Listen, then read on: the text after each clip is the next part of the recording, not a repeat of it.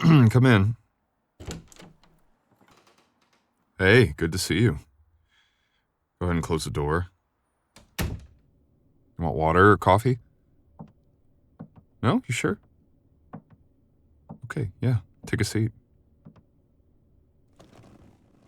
Have you been? Congrats on that Rita award. That's huge. And on your first book, you must be excited. Have you been to those after parties? They might be all authors, but they can drink with the best of them. No, not your thing? I've been to some. Work has taken over, though. You should go to one or two, just to say you did. You certainly would be fawned over coming up in the industry as fast as you are. You sure I can't get you anything? You writers get so wound up when it's time to talk to the editor. I just praised you. Relax. Last time, when you were here for your first book, you had so much to say. So many opinions. What's changed? Bad news? No, don't think like that. It's just some adjustments to the writing.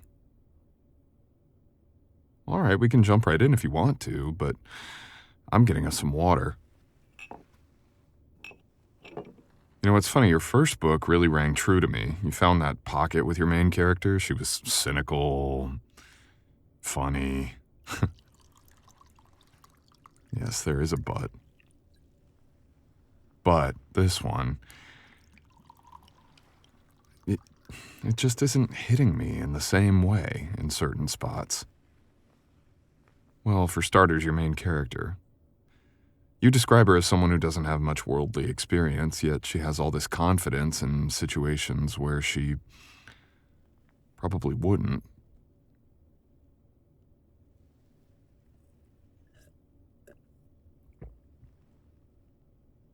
Well, don't be offended. This is an excellent premise, and your dialogue is dead on in most parts. It's just the romance element is a big part of this story, and no, I get it. There's nothing wrong with writing outside your own knowledge, but how do I say this? The audience has to believe it. Writers get stuck trying to make the audience believe things, but honestly, you don't have to do any of that. As a writer, your job is to capture reality. Doesn't matter if the book takes place right now or 100 years ago or in a world that doesn't even exist. It has to seem real. And if it seems real to you, it'll seem real to them. The problem is I don't think you believe in these scenes you've written, and it's creating this distance from your usual authentic tone.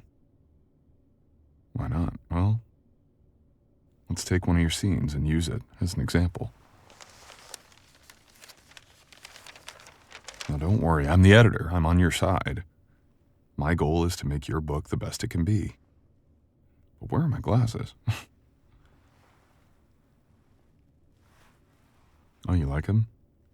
Thanks. I never thought I'd be a glasses guy, but staring at words all day. 82, 83. Okay, so here. Chapter 12. She has her first flirtatious encounter with this guy. And it's cute. We've got a nice little back and forth going. But it's missing action. No, not like a fight scene. Actions. What is he doing? How is he standing? Is he fixing his hair and pulling at his shirt a lot like he's nervous? Is he standing straight and smiling like he's done this 100 times? Is he leaning in close to hear every word she says? You get what I'm saying? And then tell us what she's doing. She has all these sassy little remarks, but is she scared? What's her posture? Where do her eyes go when he speaks? But see, I don't think she would hold her ground this much with him. You say yourself she isn't super well acquainted with men, so if he gets all in her space telling her things like, what's the line? Oh, here. He stepped forward a little too close and bent down with a gaze that challenged her to look away. I get the feeling you don't say a tenth of what you're thinking, he said. I mean, your character's going to take a step back, at the very least, right? Maybe get more reserved. I mean, he's calling her out. He's telling her he can tell she's got ideas and he wants her to share with the class, so to speak. That's a little bit like you. When I talk to you, your eyes go to the floor like you've got lines written down there or something. That tells me you're nervous. It's okay if you are. I know these meetings are tough. The way you are behaving is realistic. You're new to the literary world. You're not going to barge in here and throw the manuscript across the room like some hot-headed bestseller, right? You're going to do what you're doing right now.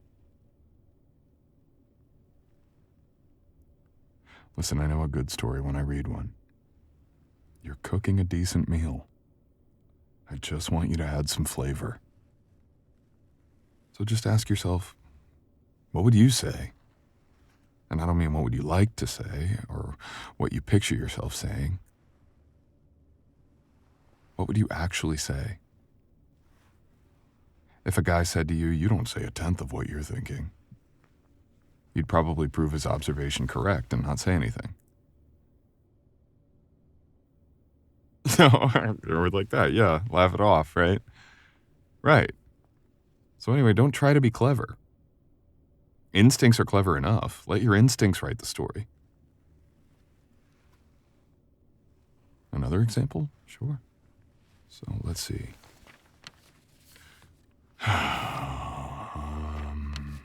Oh, yeah, we've got this lengthy chapter 20. And I gotta say, this is quite a chapter 20. You're really going for a heavy sex scene, and I love the conversation they have beforehand. But again, the moment things go toward romance, I start drifting. And you don't want your reader to drift away right when it's supposed to get good. So here we go. She's sitting on the couch while he pours them both drinks. They keep talking, and he's walking up to her, and he stands in front of her, right against her knees, looking down on her. And then you have her still talking, like it doesn't bother her. You see what I'm saying? I'm a man, and if a woman stood right in fucking front of me, I'd probably stop talking. It's just words, but if someone did that to you, you wouldn't have one thing to say. I'll show you. You tell me about your day and I'll walk towards you. Go ahead. Go ahead, just talk. Right. Right. Yeah. Mm-hmm.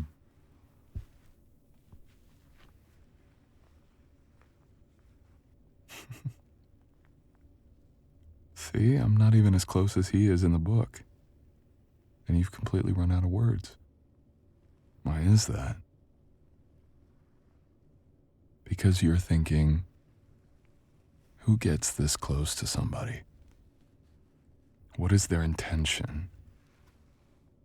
What are they going to do? You're asking yourself all these questions. And that is why you stop talking. Anticipation. I'll sit back down so you can relax.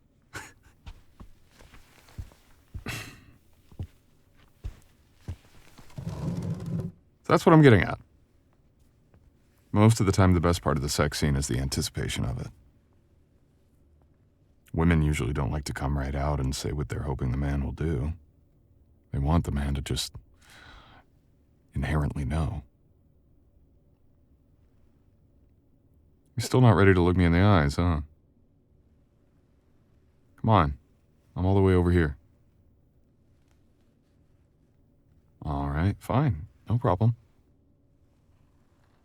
So let's continue, okay? The guy is standing right there with the wine, looking down at her, and then what does he say? He says, "How much of this bottle are you gonna need to look like you're having a good time?" I'm sorry, I don't like that line. Why not? Well, let's break him down. Who is he? He's this guy that she's met a few times and worked with, but they don't really know each other well. What does he want? He wants to have sex with her. Well, if we know that much about him, then he's never going to say something like, "How much of this bottle are you going to need to look like you're having a good time?" Like, ugh. It makes him sound like an asshole. And she's a smart character. You're a smart woman. What would you think if a guy said that?